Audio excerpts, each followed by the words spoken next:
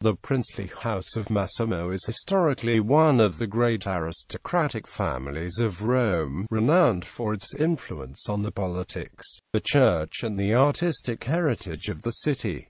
Legendary origins. The Massimo family is sometimes referred to as one of the oldest noble families in Europe, according to the Augustan historian Onofrio Panvino in his work De Gente Maxima of 1556. The family descends in the male line from the ancient gens Fabia or Maximi of Republican Roman from Quintus Fabius Maximus, called Cunctator. When asked by Napoleon whether the family descended from Fabius Maximus, the then Prince Massimo famously replied, "Je ne sais rien la prouver, c'est un brute qui n'y croit que depuis 201 dans notre famille." The Massimo family is also said to have provided two popes to the Catholic Church, both saints, Pope Anastasius I, who denounced the Origenist heresy, and Pope Pascal I, who resisted the Frankish kings and was involved in one of the earliest attempts to Christianize Scandinavia. History. The current family's better documented history traces back to a Massimo who flourished c. 950, and is identified in the person of Leo de Maximise by 1012. Thereafter the family grew in influence among the Roman barons, and played a considerable part in the history of the city in the Middle Ages, producing numerous cardinals, ambassadors, and civil and military leaders. Massimo served as Rome's chief conservator, a post held by several subsequent members of the family. Luca Massimo was granted the title Baron di Pistoia in 1544, and Fabrizio Camillo Massimo of the Arsili branch of the family became Marquis di Roccasecca in 1686. Both titles heritable by primogeniture. Two branches descended from sons of Angelo Massimo, who became First Lord of Intrafiamara in 1520, that of Tiberio, whose descendants became Dukes di Rignano and Calcata and died out in 1907, and that of Fabrizio Massimo, who obtained the lordship of Arsili in 1574. Massimiliano Camillo Massimo of the latter line was granted the title Prince di Arsili, heritable by primogeniture, by Pope Leo XII in 1826. His grandson, Carlo, 3rd Prince di Arsili, was made a Roman prince in 1854, which title also descends by primogeniture. His son Don Francesco, Prince Massimo, became postmaster of the Post Vaticane, and his grandson Don Leone, Prince Massimo, became Duke di Antichi-Corrado in 1904 by avuncular cession. Another grandson of the first Prince di Arsili, Don Filippo Massimo, inherited the fortune and adopted the marital surname of the prince's eldest daughter Donna Giuseppina Massimo, who was the widow and heiress of Ottavio Lancelotti, Prince di Loro. Although the senior line of Don Filippo's descendants retains the Lancelotti surname and title, his younger son Don Luigi resumed the paternal name in the combination of Massimo Lancelotti, and his descendants flourish, having been granted the Italian title Prince di Procedi in 1932. Although ancient and powerful, the post-medieval Massimo were not of sovereign family, yet heads of the family and other members contracted a remarkable number of marriages with members and descendants of reigning dynasties into the late 20th century, consistently so after the marriage in 1765 of papal postmaster Camillo Francesco Massimo, Marquis di Roccasecca, to Barbara Savelli Palombara. heirs to a handsome fortune. The son, the first Prince di Arceli, Massimiliano Camillo Massimo, married Christina di Sassonia in 1796,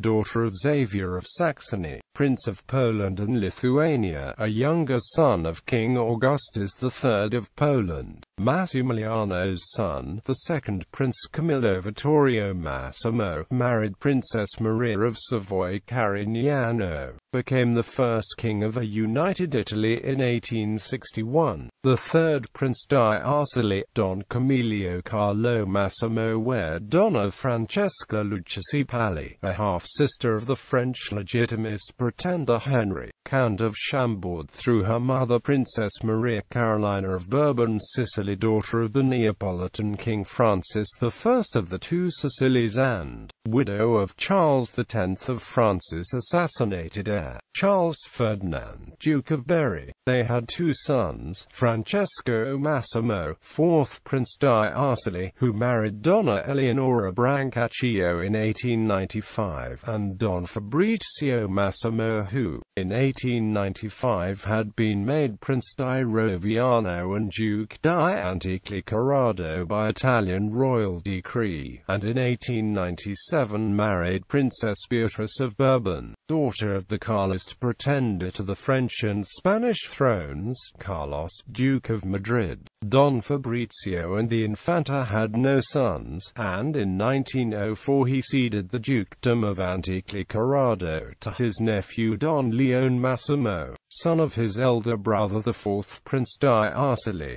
Don Leon also became fifth Prince di Arceli in 1943, having in 1935 Wednesday Princess Maria Adelaide of Savoy-Genoa, daughter of Prince Thomas, Duke of Genoa and first cousin of then-reigning Victor Emmanuel III of Savoy, King of Italy. The Massimo tradition of royal intermarriage continued when, in 1989, Carlo Massimo, sixth Prince di Arceli, married Dona Eliza Osorio de Moscoso y Estania, daughter of Pedro, Duque de Montemar, whose paternal great-grandmother was HRH the Infanta Luisa Teresa de Bourbon-Cadiz, daughter of HRH the Infante Francisco de Paula of Spain by her marriage to José Osorio de Moscoso, Duque de Sessa. The princely family is represented by Fabrizio Massimo Brancaccio, Prince di Arceli and Prince di Triggiano, and Stefano Massimo, Prince di Roccasecca dei Volsci, whose heir is Don Valerio Massimo.